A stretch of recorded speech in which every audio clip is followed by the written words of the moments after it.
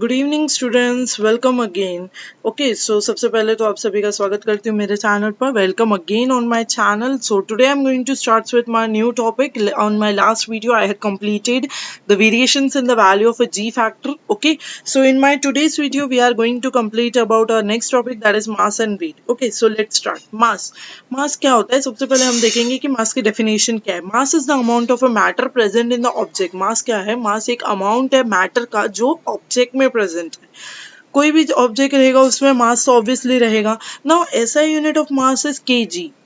SI unit आप सभी को पता है कि क्या होता है, तो SI unit of mass is KG. और मास जो है वो आपका स्केलार क्वांटिटी है। उसका वैल्यू जो है हर एक जगह पे सेम रहेगा।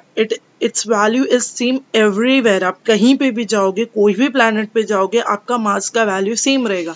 तो mass is the amount of a matter which is present in the object. The SI unit of mass is kg and mass is scalar quantity. Its value is same everywhere. The value does not change even when we go to the another planet. अगर हम कोई और planet पे भी जा रहे हैं तो भी मास का वैल्यू जो है सेम ही रहेगा, वो चेंज नहीं होगा। ओके, अब न्यूटन के फर्स्ट लॉ के हिसाब से क्या बताया गया आपको कि जो न्यूटन का फर्स्ट लॉ क्या था?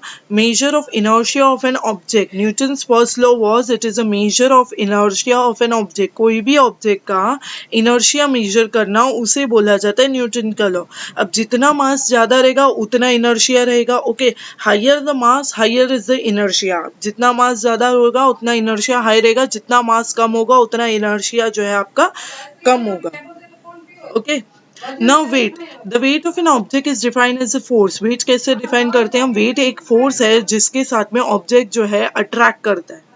The weight of an object, कोई भी ऑब्जेक्ट का वेट जो है उसे हम कैसे डिफाइन कर रहे हैं? अब हम अर्थ के रिलेटेड ही पूरा टॉपिक पढ़ रहे हैं। We are studying about earth only. Earth का ग्रेविटेशनल फोर्स, अर्थ का universal force, the whole thing is about the earth only. So here also we will define weight with the earth only. The weight of an object is defined as a force with which the earth attracts the object. weight कैसे define करेंगे? जो अर्थ है वो दूसरे object को attract कर रहा है खुद की तरफ में, एक फोर्स लगा रहा है। The force F. फोर्स क्या है? Capital F on an object of a mass small m. जो फोर्स हम लगा रहे हैं मास पे एम पे on the surface of the earth, earth के सरफेस में, उसे हम कैसे लिखेंगे? Weight is equal to F is equal to, weight क्या है? Force. Weight is equal to force, और force equal to m g, क्योंकि हमने पहले भी फॉर्मूला में देखा था कि फोर्स क्या है? एम जी है। नाउ जी यहाँ पे क्या है? Capital G multiply by M divided by R square. यहाँ पे जी ये वैल्यू है, capital G multiply by M upon R square, ये जी है आपका। तो वेट क्या होगा? वेट जो है कोई भी फोर्स लगा रहा है, एक ऑब्जेक्ट दूसरे ऑब्जेक्ट को अट्रैक्ट करने के लिए जो फोर्स लगा रहा है उसे हम बोलते हैं weight. Okay, weight being a force, its SI unit is newton. Weight का एसआई यूनिट क्या है? न्यूटन। अब मास का एसआई यूनिट क्या देखा था हमने? मास का एसआई यूनिट था केजी। अब यहाँ पे वेट का ऐसा यूनिट है newton. Weight being force is a vector quantity. Mass was scalar quantity and weight is a vector quantity and its direction is towards the centre of the earth. Weight का direction हमेशा कहाँ होता है? Centre of the earth. As the value of g is not same everywhere, the weight of object change from place to place. G का value हर जगह same नहीं होता, इसीलिए जो वेट है वो भी चेंज होगा हर जगह पे। Mass will never change on any other planet और ऑन आर प्लैनेट। आप कोई भी प्लैनेट पे जाओगे मास चेंज नहीं होगा, but wait will change through its mass. दो मास इज कांस्टेंट एवरीवेयर। यहीं पे भी यही बताया गया है कि मास जो है वो कांस्टेंट है हर जगह पे, लेकिन weight will change from place to place. जैसी जगह होगी वैसे आपका वेट। अगर आपका वेट यहाँ पे अलग है तो for example your weight is 70 kg on earth, तो मार्स पे आपका वेट चेंज हो जाएगा, वीनस पे चेंज होगा। तो वैसे ही आपका वेट जो है वो चेंज होता रहेगा from place to place, but mass हमेशा आपका कांस्टेंट रहेगा, वो कभी चेंज नहीं होगा कोई भी प्लेस पे जाने के बाद। आपके टेक्स्ट बुक में एक सॉल्व एग्जांपल दिया गया है। If a person weighs 750 N on a earth, अगर पर्सन का वेट कितना है? 750 newton on earth, how much would be his weight on the moon. अब आपको मून का वेट पूछा गया है। यहाँ पे मून का मास कितना है? 1/81 ऑफ द अर्थ। मून का मास जो है वो सेम ही रहेगा, अर्थ पे भी अर्थ का और मून का मास जो है वो सेम रहेगा, 1/81। रेडियस क्या दिया गया है? 1/3.7 of that earth. Weight on the earth is equal to 750 newton. आपके गिवन में क्या दिया है, weight of the earth is equal to 750 newton. Ratio of mass of the earth ME, earth का मास है इसके लिए ME, to the mass of a moon MM is equal to ME upon MM is equal to 81। 1/81 का 81 हो गया। Ratio of the radius of the earth RE to the radius of a earth moon RM, तो RE upon RM कितना हो जाएगा 3.7।